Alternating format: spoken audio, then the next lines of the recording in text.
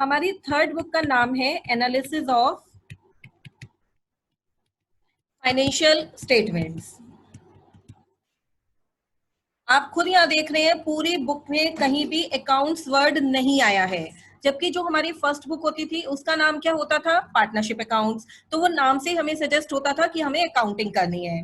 यहाँ पे हमें अकाउंटिंग नहीं करनी है, यहाँ हमें फाइनेंशियल स्टेटमेंट बने बनाए मिलेंगे, हमें केवल उनको एनालाइज करना है। एनालाइज मीन्स हमें उन्हें समझना है, उनसे कुछ कंक्लूजन्स निकालने हैं। अब हम सबसे पहले ये देखें फाइनेंशियल स्टेटमेंट का मीनिंग क्या है, क्योंकि बुक का नाम हमारा ये है। फाइनेंशियल स्टेटमेंट का मतलब है ट्रेडिंग एंड P&L अकाउंट। हम फाइनेंस में जितनी भी स्टेटमेंट बनाते हैं, क्या क्या बनाते थे हम, ट्रेडिंग एंड P&L अकाउंट बनाते थे 11th क्लास में। फिर हम लोग बैलेंस शीट बनाते हैं। एक हम लोग आज सीखेंगे यहाँ पे कैश फ्लो स्टेटमेंट। बहुत ध्यान से, बहुत इजी बुक करने जा रहे हैं हम। और फोर्थ नंबर हमारा होता है नोट्स टू अकाउंट्स का। अब हम ये देखें कि ये चारों चीजें हम क्यों बनाते हैं। बनाना हमें यहाँ कुछ भी नहीं है, बनाना हमें केवल कैश फ्लो स्टेटमेंट है। ट्रेडिंग अकाउंट से हमें क्या पता चलता था, ग्रॉस प्रॉफिट, कि हम यदि इतने की परचेज कर रहे हैं, इतने की सेल कर रहे हैं, तो उससे हमारा ग्रॉस प्रॉफिट कितना है।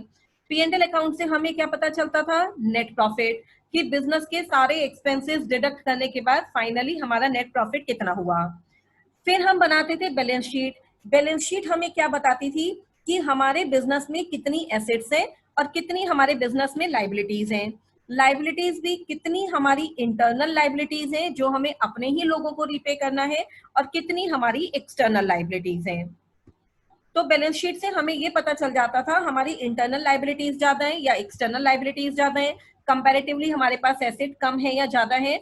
तो बैलेंस शीट शो करती थी हमारी फाइनेंशियल पोजीशन को, हमारी फाइनेंशियल पोजीशन स्ट्रांग है या वीक है, हमारे पास कैश कितना है, हमारे पास बैंक बैलेंस कितना है, बिल्डिंग कितने की है, ये सारी चीजें। अब हम करेंगे कैश फ्लो स्टेटमेंट, उसको अभी डिटेल में करते हैं। और फोर्थ है notes to accounts. Notes to accounts नाम से ही पता चल रहा है कि जो भी आपने अकाउंट्स बनाए हैं ये उनके एक तरीके से वर्किंग नोट है।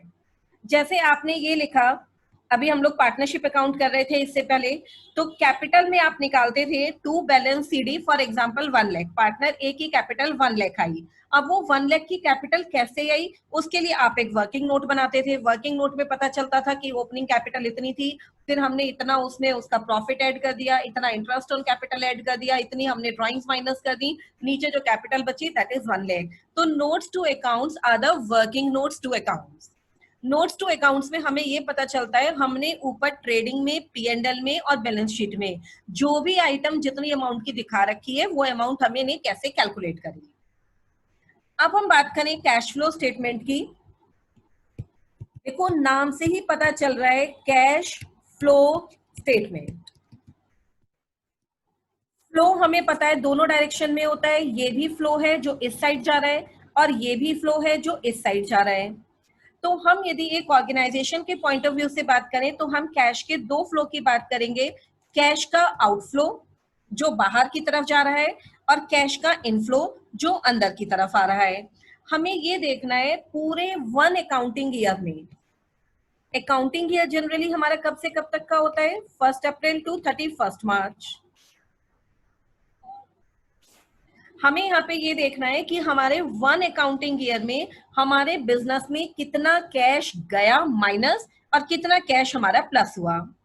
अब आप ये कहोगे मैडम ये तो हमें बैलेंस शीट से ही पता चल जाएगा। अब होगा क्या, जब हमारे पास बैलेंस शीट होगी तो यहाँ पे लिखा हुआ होगा cash in hand for example 50,000।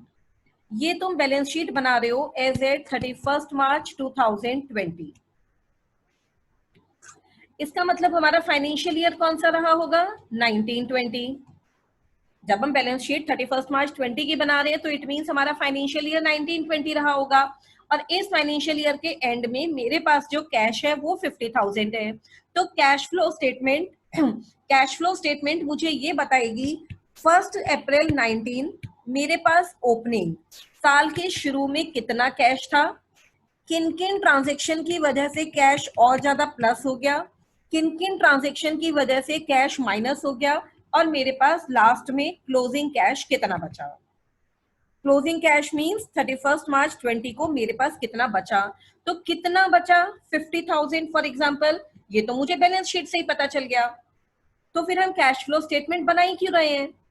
हम कैश फ्लो स्टेटमेंट इसलिए बना रहे हैं क्योंकि बैलेंस शीट हमें केवल ये बता रही है कि ईयर एंड पे हमारे पास कैश इतना है। बैलेंस शीट हमें ये नहीं बता रही है कि हमारे पास शुरू में कैश कितना था और हमने ऐसी कौन कौन सी ट्रांजेक्शन्स करी जिनकी वजह से कैश प्लस हुआ या जिनकी वजह से कैश माइनस हुआ।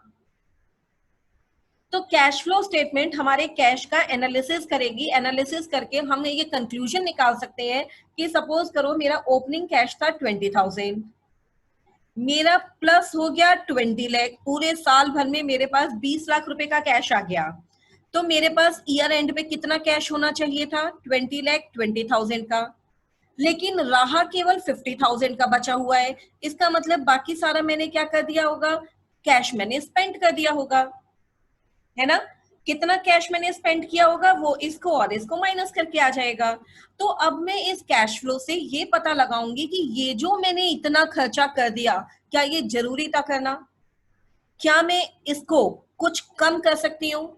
मैं इसके बेस पे नेक्स्ट ईयर के लिए प्लानिंग करूंगी कि मैंने जो इतनी बड़ी अमाउंट का खर्चा कर दिया, क्या इसको रोका जा सकता था, क्या इसको कंट्रोल किया जा सकता था। और यदि मुझे ऐसा लगता है कि ये जो मैंने कैश को इनफ्लो हुआ है, ये जो कैश हमें मिला है ये तो बहुत कम है, हमें तो बहुत ज्यादा मिलना चाहिए था, तो हम यहाँ पे देख लेंगे कौन कौन सी आइटम से हमारा 20 लाख का कैश जनरेट हुआ है, इकट्ठा हुआ है। हम इनको तो बढ़ाने की कोशिश करेंगे, प्लानिंग करेंगे नेक्स्ट ईयर में कैश इनफ्लो हमारा ज्यादा हो जाए और नेक्स्ट ईयर कैश आउटफ्लो हमारा कम हो जाए। तो ये सारा हम कब प्लान कर सकते हैं? जब हमें कैश की ईच एंड एवरी आइटम की डिटेल हो कि कितना कैश आ रहा है और कितना कैश जा रहा है। तो cash flow statement is a statement that shows the incoming and outgoing of cash in a business in an accounting year. ठीक है, अब हमारे माइंड में सबसे छोटा सा क्वेश्चन ये आएगा। सबसे पहले तो हम ये बोले कैश फ्लो स्टेटमेंट को हम सीएफएस से डिनोट करेंगे। इसके बारे में कुछ important points. Cash flow statement is not an account, ये कोई अकाउंट नहीं है, यहाँ कुछ भी डेबिट क्रेडिट नहीं है। मुझे तो केवल ये देखना है किन आइटम्स की वजह से कैश आया और किन आइटम्स की वजह से कैश गया। डेबिट क्रेडिट के चक्कर में मैं यहाँ बिल्कुल भी नहीं पढ़ूंगी। Second, cash flow statement is a statement. आप लोगों को ध्यान है, आप लोग पहले कैपिटल अकाउंट बनाया करते थे। कैपिटल अकाउंट बनाने के भी दो तरीके के होते थे। एक तो होता था अकाउंट की फॉर्म में बना लो, क्या क्या आइटम डेबिट होंगी, क्या क्या आइटम क्रेडिट होंगी, और जो बचेगा वो बैलेंस शीट आ जाएगा।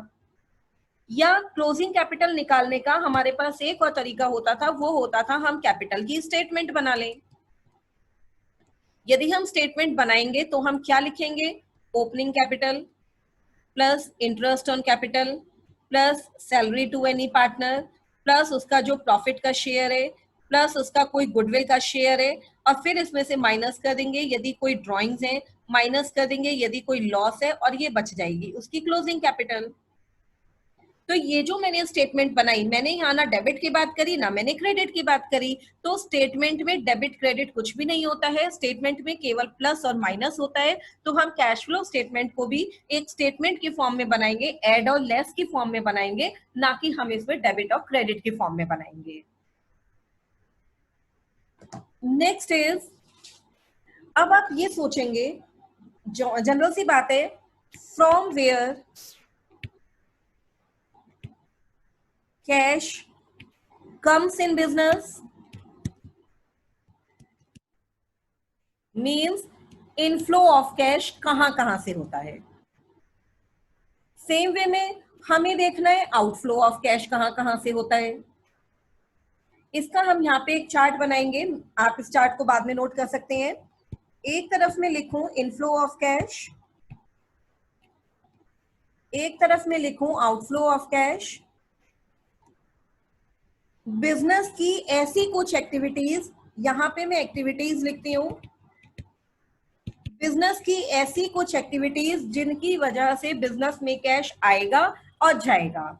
यदि हम बात करें सेल, यदि हमारे बिजनेस में सेल ऑफ गुड्स हो रहे हैं तो उससे क्या होगा? Inflow of cash. यदि हमारे बिजनेस में परचेज ऑफ गुड्स हो रही है तो आउटफ्लो ऑफ कैश। सब कुछ क्वेश्चन में गिवन होगा, आपको केवल उन्हें सबसे पहले डिवाइड करना है, इनफ्लो वाली आइटम्स कौन सी हैं, आउटफ्लो वाली आइटम्स कौन सी हैं। तो 11th में आप इतनी अकाउंटिंग कर चुके हैं, 12th में भी आप लोग पार्टनरशिप की बुक करने के बाद इसे कर रहे हैं। आप ट्रांजेक्शन देखते ही बता सकते हैं कि इसकी वजह से बिजनेस में कैश प्लस हो रहा होगा या माइनस हो रहा होगा। और किस किस वजह से कैश प्लस माइनस हो सकता है, गुड्स की जगह सर्विसेज भी हो सकती थी। हो सकता है मैं अपने बिजनेस में सामान नहीं बेचती, मैं आपकी टीचर हूँ, मैं आपको पढ़ाती हूँ, तो मैं तो सर्विसेज दे रही हूँ। सर्विसेज के लिए क्या होता है, वर्ड आता है रेंडरिंग ऑफ सर्विसेज। मैं यदि आपको सर्विसेज रेंडर कर रही हूँ, आप मुझे फी पे कर रहे हो, तो इससे भी मेरा क्या हो रहा है, इनफ्लो ऑफ कैश हो रहा है। और बिजनेस में कैश किस किस वजह से आता जाता है, एक्सपेंसेस। हम यदि किसी भी नेचर के एक्सपेंसेस करते हैं तो हमारा आउटफ्लो ऑफ कैश हो जाता है। बोरोइंग्स, अब देखो, जब हम बोरोइंग्स करेंगे तो इनफ्लो ऑफ कैश, जब हम रीपेमेंट ऑफ बोरोइंग्स करेंगे, यानी कि जो हमने बोरो किया था अब जब हम उसको रीपे करेंगे तो वो हमारा आउटफ्लो ऑफ कैश। कहीं भी आपको ये नहीं सोचना है कि हमारा फायदा हो रहा है या हमारा नुकसान हो रहा है। Cash flow statement is not concerned about your profit और लॉस। आपको सेंटिमेंटल नहीं होना है, कैश ज्यादा आ रहा है, कैश कम जा रहा है, ये तो फायदा हो गया, ये तो नुकसान हो गया। आपको केवल और केवल ये ध्यान रखना है कैश आ रहा है या कैश जा रहा है। पूरे चैप्टर में आपका फोकस केवल और केवल ये मान के चलो कि एक गुल्लक यहाँ पे रखी हुई है, आपका पूरा का पूरा जो ध्यान है वो केवल इस गुल्लक पे होना चाहिए। It is a piggy bank. बस ये देखो कैश आ रहा है या कैश जा रहा है, ठीक है। और कौन से रीजन हो सकते हैं, एक तो हमारे सेल परचेज वाले हो गए, एक्सपेंसेस हो गए, बोरोइंग्स हो गई। बोरोइंग्स का रिवर्स कर दो, एक बार जब बोरोइंग्स हमने ली थी तो इनफ्लो ऑफ कैश, अब जब हम बोरोइंग्स को रीपे कर रहे हैं तो वो हमारा आउटफ्लो ऑफ कैश। इसी वजह से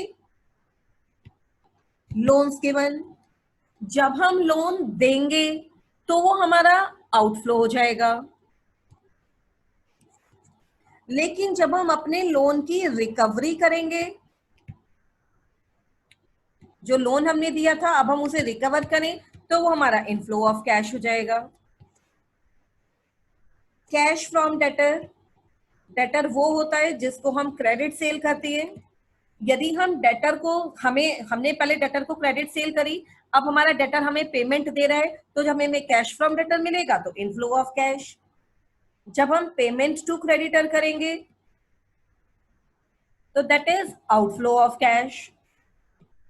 परचेज ऑफ एसेट, यदि हम बिजनेस में कोई भी एसेट परचेज करें, चाहे फिक्स्ड एसेट परचेज करें चाहे करंट एसेट परचेज करें। फिक्स्ड एसेट कौन सी, जैसे लैंड खरीदी, बिल्डिंग खरीदी, मशीनरी खरीदी, फर्नीचर खरीदा, लैपटॉप खरीदा, तो यदि हम कोई भी एसेट परचेज कर रहे हैं तो that is outflow of cash. या फिर करंट एसेट, करंट एसेट में क्या हो सकता है, जैसे स्टॉक हमने खरीद लिया तो स्टॉक भी हम खरीदेंगे तो हमारा क्या हो जाएगा, outflow of cash. Same way में sale of assets, for example मैंने कोई एसेट 50,000 की खरीदी थी तो मेरा आउटफ्लो ऑफ कैश कितना हो गया, 50,000। Now I am selling this asset only for rupees 20,000। After being depreciated it is sold only for 20,000, तो 20,000 मेरा क्या हो जाएगा, इनफ्लो ऑफ कैश। मुझे ये नहीं देखना है कि मेरा प्रॉफिट हुआ या मेरा लॉस हुआ, मैंने खरीदी तो 50,000 की, अरे ये तो केवल 20,000 की बिकी है, मेरा तो उल्टा नुकसान हो गया, मैं इनफ्लो क्यों दिखा रहा हूँ। इस तरीके की भावनाओं में हमें नहीं बहना है, हमें केवल अपने एक ही ऑब्जेक्टिव को ध्यान में रखना है, कैश की इनकमिंग और कैश की आउटगोइंग। ठीक है, तो एसेट्स की सेल परचेज से भी कैश का इनफ्लो आउटफ्लो हो गया। ये जितनी भी आइटम्स मैं लिख रही हूँ जिनकी वजह से कैश का इनफ्लो और आउटफ्लो होता है, ये सारी आइटम्स आपको मिलेंगी क्वेश्चंस में। आपको बस ये आइडेंटिफाई करना होगा सबसे पहले कि इनफ्लो हो रहा है या आउटफ्लो हो रहा है। इसी तरीके से कुछ और आइटम्स को समझने के लिए आज हम एक नया कंसेप्ट करते हैं, शेयर्स। हम ये देखते हैं शेयर क्या होता है, आप लोगों ने सुना होगा, और कंपनी शेयर क्यों इशू करती है। होता क्या है, सपोज करो हमारे बैच के 3 स्टूडेंट्स, देव, केशव एंड काव्य, ये तीनों मिलकर के आपस में मिलकर के एक बिजनेस स्टार्ट करना चाहते हैं। अब जब ये तीनों मिलके बिजनेस स्टार्ट करना चाहते हैं तो it can't be sole proprietorship. Sole proprietorship में तो एक अकेला ओनर होता है सोल प्रोप्राइटर, वो तो ये हो नहीं सकता। क्या ये पार्टनरशिप में काम कर सकते हैं? ऑफ कोर्स कर सकते हैं। ये तीनों पार्टनरशिप में अपना बिजनेस करें, सामान बेचें, जो प्रॉफिट हो उसे इक्वल इक्वल बांट लें। लेकिन इनके साथ प्रॉब्लम क्या होगी? यदि आप पार्टनरशिप में बिजनेस करोगे तो तीनों को अपने अपने घर से पैसा लाना पड़ेगा, तीनों को कैपिटल कंट्रीब्यूट करनी पड़ेगी। यदि ये तीनों अपना अपना अलग अलग काम करते तो भी इन्हें अपने अपने घर से पैसा तो लगाना ही पड़ता दुकान खोलने के लिए, तो भी कैपिटल इन्वेस्ट करनी पड़ती। अब इनके पास प्रॉब्लम ये है, ये तीनों बहुत टैलेंटेड हैं, बहुत ज्यादा टैलेंट है इनमें, बहुत ज्यादा कैपेबल है, बिजनेस को ये कहां से कहां पहुंचा सकते हैं, लेकिन इनकी प्रॉब्लम ये है, funds are zero, they don't have money. इनकी फैमिली ने भी इन्हें सपोर्ट नहीं किया, जो करना है खुद करो। तो अब इनके पास करने के लिए एक बहुत अच्छा तरीका है, बिना पैसा लगाए ये बिजनेस कर सकते हैं, औरों के पैसे से ये बिजनेस कर सकते हैं। कैसे? आइए देखते हैं। ये तीनों क्या करेंगे? मिलकर के एक कंपनी बनाएंगे। Company is an association of persons. Association means joining. Company is an association of persons who join together to do a business without money. Without money कैसे? इन लोगों को क्या करना होगा? कंपनी बनाने के लिए बस इनिशियली ज्यादा से ज्यादा 15-20 हजार का खर्चा करना होगा, क्योंकि कंपनी बनाएंगे, कंपनी के कुछ डॉक्यूमेंट्स भरे जाएंगे, वो डॉक्यूमेंट्स इन्हें रजिस्ट्रार के पास जो गवर्नमेंट ऑफिस होता है वहां पे सबमिट कराने होंगे। ये प्रूव तो करना पड़ेगा ना कि हाँ इन्होंने कंपनी बनाई है। तो कंपनी बनाने में जो छोटा मोटा खर्चा होता है 15-20 हजार का, इन्हें केवल वही करना है। और जबकि यदि ये पैसा लगा करके, कैपिटल लगा के बिजनेस करते तो इन्हें लाखों शायद लगाने पड़ते, क्योंकि शॉप में सामान भरने के लिए, हर महीने रेंट देने के लिए, उस सब के लिए तो पैसा बहुत ज्यादा चाहिए। तो इन लोगों ने डिसाइड किया कंपनी बना के करते हैं। कंपनी के लिए इन्होंने अपनी कंपनी को इनकॉर्पोरेट भी करा लिया। इनकॉर्पोरेट मीन्स रजिस्टर्ड भी करा लिया। तो ये 20,000 रुपए तो इनके लग गए केवल और केवल कंपनी को बनाने में। अब ये अपनी दुकान में सामान कैसे भरें, कैसे सामान बेचें, कैसे कस्टमर लाएं? तो इसके लिए इन्होंने क्या किया, कुछ पेपर्स पब्लिश करवाए। उन पेपर्स को, उन पेजेस को हम बोलेंगे शेयर्स। शेयर्स कुछ नहीं होते, कागज के पन्ने होते हैं, बिल्कुल जैसे आप लोग पेजेस देखते हो ऐसे पेजेस होते हैं। जैसे आपको स्कूल से कभी कोई सर्कुलर मिलता है, नोटिस मिलता है, वो इसी टाइप का शेयर एक पेपर होता है। उस शेयर के ऊपर क्या लिखा हुआ होगा? मान लो इन्होंने अपनी कंपनी का नाम रखा DKK एंड कंपनी, देव काव्य केशव एंड कंपनी। यहाँ पे इन्होंने क्या लिखा होगा? We hereby. सबसे पहले इन्होंने एक एडवर्टाइजमेंट दिया होगा। एडवर्टाइजमेंट दिया होगा इन्होंने न्यूज़पेपर में। क्या एडवर्टाइजमेंट दिया होगा? We hereby issue 10,000 shares of our newly formed company at ₹20 each. फिर बताया होगा ऑब्जेक्टिव ऑफ बिजनेस, कि ये अपना बिजनेस, इनका बिजनेस किस चीज का है ये बताएंगे। Trading of goods, trading of cosmetics, कोई सा भी नोट, कोई भी गुड्स का नाम लिख देंगे कि हम ये बिजनेस करेंगे, और ये अपना एड्रेस वगैरह बता देंगे, फोन नंबर बता देंगे कंपनी का। अब इस एडवर्टाइजमेंट को देख करके जो लोग अपना पैसा कहीं इन्वेस्ट करना चाहते हैं वो लोग क्या करेंगे, इनके शेयर्स खरीदना शुरू कर देंगे। सपोज करो पलक ने इनके 10 शेयर खरीद लिए, कृति ने इनके 50 शेयर खरीद लिए, इनके तो टोटल 10,000 शेयर बिकने हैं। वरुण ने इनके 100 शेयर खरीद लिए। सब बच्चों ने थोड़े थोड़े शेयर खरीद लिए, जिसको भी अपना पैसा इन्वेस्ट करना था। शेयर खरीदने का मतलब क्या है? इंटू 20 के हिसाब से इन लोगों ने इनकी कंपनी को पैसे दे दिए होंगे। इस तरीके से इनकी कंपनी के पास टोटल कितने रुपए इकट्ठे हो जाएंगे? 10,000 शेयर इंटू 20 रुपए के हिसाब से 2 लाख रुपए इकट्ठे हो गए। अब इन लोगों ने क्या किया, समझदार लोगों ने इस 2 लाख रुपए से अपनी दुकान में सामान भरा, सामान बेचा और बिजनेस करना शुरू कर दिया। तो देव केशव काव्य, इनका पर्पस तो सर्व हो गया, इनको तो पैसा मिल गया अपना बिजनेस चलाने के लिए। लेकिन इन लोगों का क्या, जिन लोगों ने अपनी जमा पूंजी, अपनी मेहनत की कमाई इनके यहाँ पे इन्वेस्ट कर दी।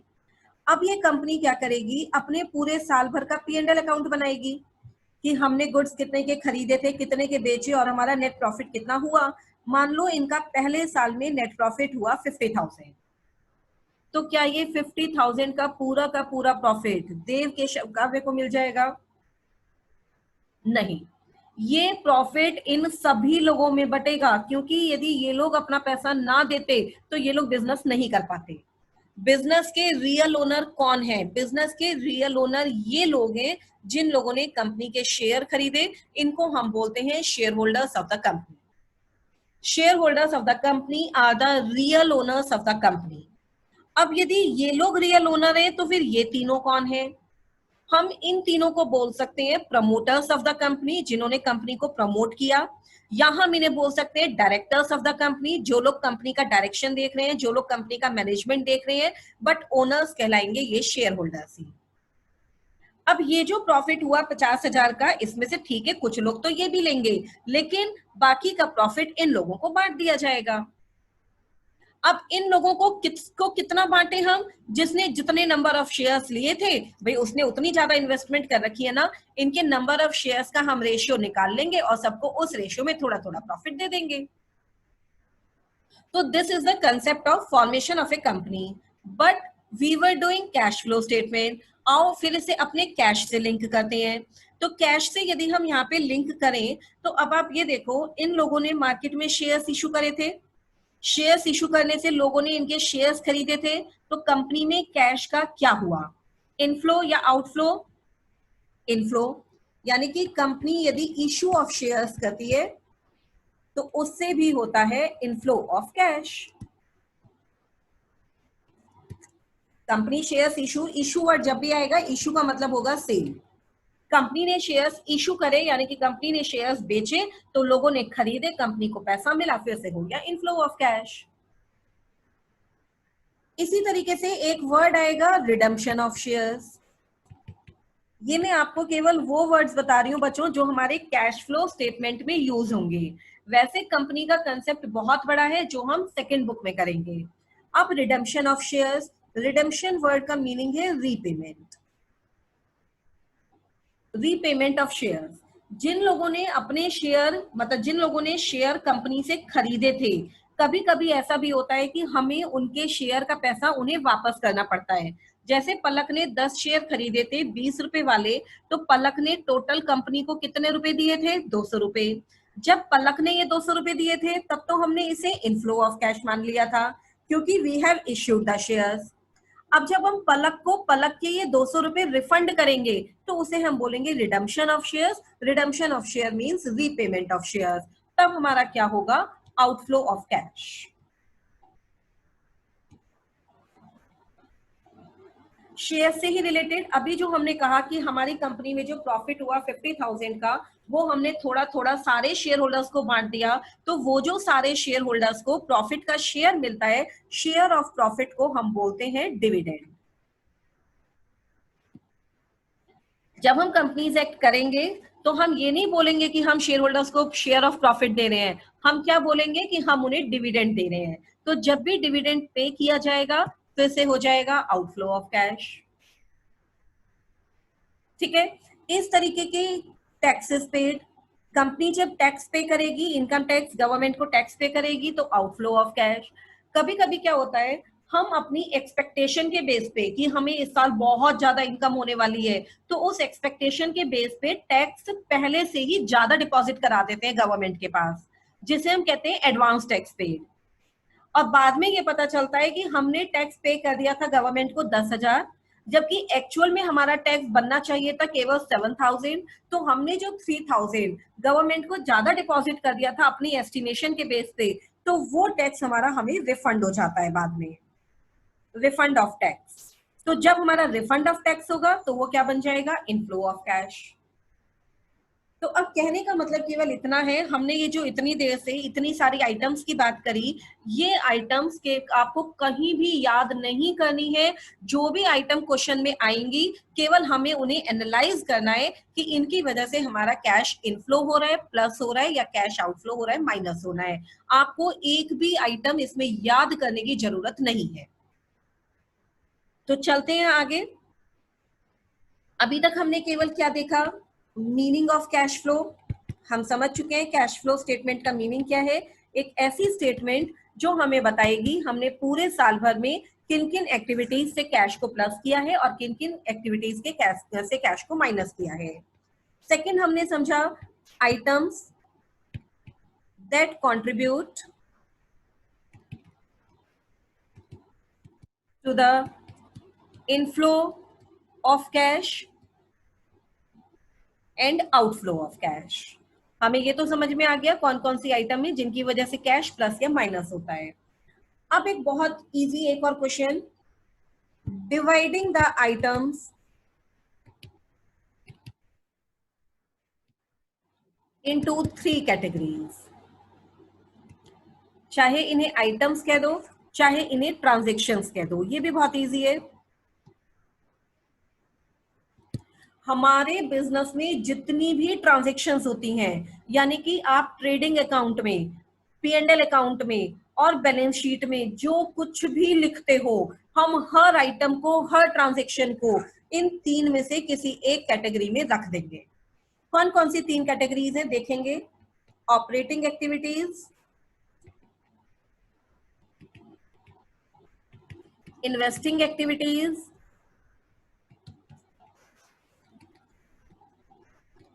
And financing activities.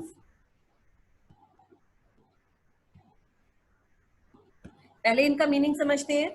Operating activities means business की वो सारी ट्रांजैक्शन जो बिजनेस के ऑपरेटिंग नेचर की है। ऑपरेटिंग नेचर मींस जो बिजनेस के डेली नेचर की है, जो बिजनेस के रूटीन नेचर की है, जो बिजनेस की मेन एक्टिविटीज है।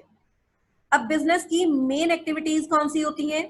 सेल, परचेज, जो नॉर्मल एक्सपेंसेस होते हैं, सैलरी का एक्सपेंस, प्रिंटिंग का, स्टेशनरी का, रेंट का, general expenses, administration expenses, advertisement expenses, जो कुछ भी हम पढ़ते हैं, ये सारी चीजें वो है ना जो बिजनेस को चलाने के लिए बहुत जरूरी है।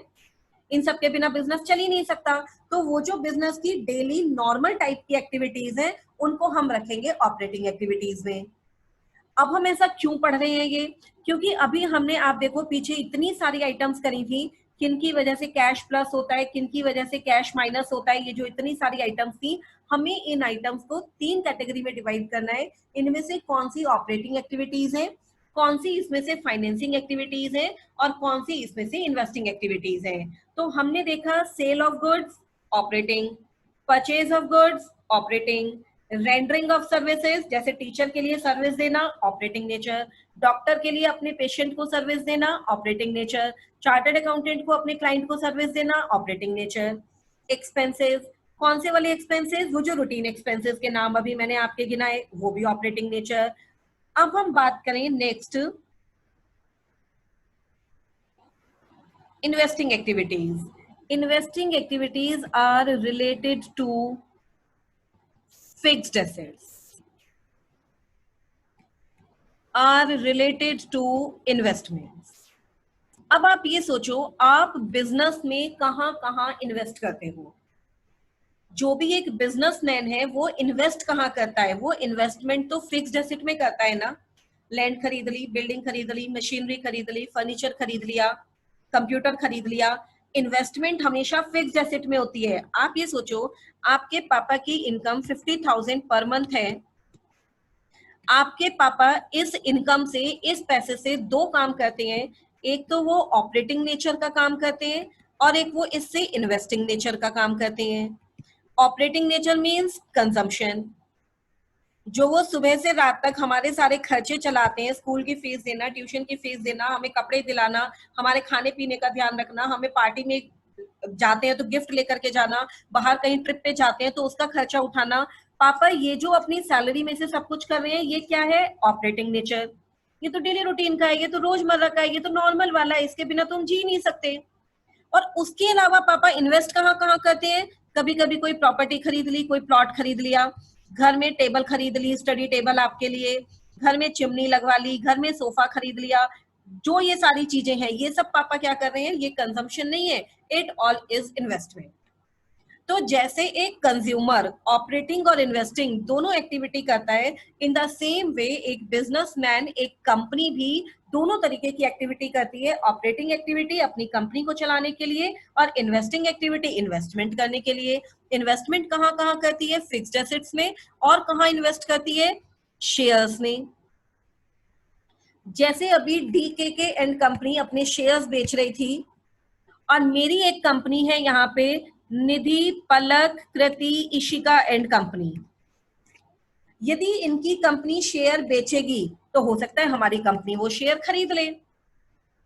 तो शेयर खरीदना भी हमारी इन्वेस्टमेंट है। हम लोग अपना पैसा इन्वेस्ट ही तो कर रहे हैं वहां पे। ये जो हमारी कंपनी है, इसे डीके के कंपनी के शेयर्स खरीद के क्या मिलेगा? हर साल इनके प्रॉफिट में शेयर मिलना शुरू हो जाएगा। तो हम लोग अपनी इन्वेस्टमेंट कहाँ करते हैं? शेयर्स में भी इन्वेस्टमेंट कर सकते हैं। अब जब हम शेयर्स खरीद लेंगे तो शेयर्स के ऊपर हर साल हमें डिविडेंड मिलना शुरू हो जाएगा। वो डिविडेंड भी क्या मानी जाएगी? मेरी इन्वेस्टिंग एक्टिविटी मानी जाएगी। फिर देखो, डिविडेंड मिलेगा तो मुझे पर एनम। मैंने दूसरी कंपनी के शेयर खरीदे, वो कंपनी को हर साल प्रॉफिट होगा, वो कंपनी हर साल अपने प्रॉफिट में से मुझे डिविडेंड देगी। तो डिविडेंड मेरी रेगुलर इनकम हो गई, होने को तो हर साल इनकम हो गई। लेकिन अब वो मेरी ऑपरेटिंग इनकम में नहीं आएगी, आएगी वो मेरी इन्वेस्टिंग इनकम में, because that income is related to investment. In the same way में मैंने अपना पैसा किसी को लोन पे दे दिया, लोन गिवन। ये सोचो, यदि मैं अपना पैसा किसी को लोन पे दे रही हूं तो क्यों दे रही हूं? केवल इस लालच में दे रही हूं ना कि अब वो मुझे हर महीने इंटरेस्ट देगा उसके ऊपर। तो यदि मैं लोन दे रही हूं तो वो मैंने अपना पैसा दूसरे के यहाँ पे इन्वेस्ट कर दिया, 5 साल बाद वो मेरा पैसा मुझे इंटरेस्ट के साथ लौटाएगा। तो इस लोन के ऊपर मुझे जो इंटरेस्ट मिलेगा, वो इंटरेस्ट भी मेरी बनेगी investing activity, because that interest is related to my investment. Operating का मतलब ये नहीं है जो डेली बेसिस पे हर महीने हो रही है वो सब ऑपरेटिंग है। ऑपरेटिंग का मतलब है जो बिजनेस एक्टिविटीज की वजह से हो रही है। और इन्वेस्टिंग एक्टिविटीज का मतलब है वो एक्टिविटीज जो इन्वेस्टमेंट की वजह से हो रही है। तो इन्वेस्टमेंट के ऊपर मुझे जो इनकम मिलेगी, डिविडेंड या इंटरेस्ट, भले ही वो मुझे रेगुलर बेसिस पे मिल रही है, मंथली बेसिस पे मिल रही है, but that will fall into the category of investing activity. तो इन्वेस्टिंग कैटेगरी में जनरली 3 ही एक्टिविटी आएंगी। फिक्स्ड एसेट में इन्वेस्ट करना, इन्वेस्टमेंट, उसी के ऊपर डिविडेंड और उसी के ऊपर इंटरेस्ट। अब देखो, बहुत ध्यान से एनालाइज करो बच्चों, बहुत ही सीधी सी बात है। मैंने केवल इतना कहा है कि फिक्स्ड एसेट से रिलेटेड जो भी एक्टिविटी होगी वो इन्वेस्टिंग एक्टिविटी होगी, लेकिन वो कुछ भी हो सकती है, इनफ्लो या आउटफ्लो। फिक्स्ड एसेट से रिलेटेड क्या होगी? या तो मैं फिक्स्ड एसेट सेल करूं या मैं फिक्स्ड एसेट परचेज करूं। यदि मैं फिक्स्ड एसेट सेल करूं तो कैश इनफ्लो हो जाएगा। यदि मैं फिक्स्ड एसेट परचेज करूं तो कैश आउटफ्लो हो जाएगा। सेम वे में मैंने इन्वेस्टमेंट कर दी शेयर्स के अंदर तो कैश आउटफ्लो हो गया। इसके ऊपर जब डिविडेंड मिलेगा तो कैश इनफ्लो हो गया। ऐसे ही ऑपरेटिंग एक्टिविटीज में सेल भी ऑपरेटिंग थी और परचेज भी ऑपरेटिंग है। सेल करूंगी तो कैश प्लस हो जाएगा, परचेज करूंगी तो कैश माइनस हो जाएगा। तो ये जो मैंने 3 एक्टिविटी बनाई है ना, ऑपरेटिंग एक्टिविटी, इन्वेस्टिंग एक्टिविटी और अभी बात करेंगे फाइनेंसिंग एक्टिविटी, इन एक्टिविटी में दोनों ही ट्रांजेक्शन होगी कैश के प्लस की भी और कैश के माइनस की भी। ये मैंने कैश की कैटेगरी नहीं बनाई है, ये मैंने एक्टिविटीज की कैटेगरी बनाई है, और हर एक्टिविटी में कैश का इनफ्लो और आउटफ्लो दोनों होंगे। अब हम बात करें फाइनेंसिंग एक्टिविटी।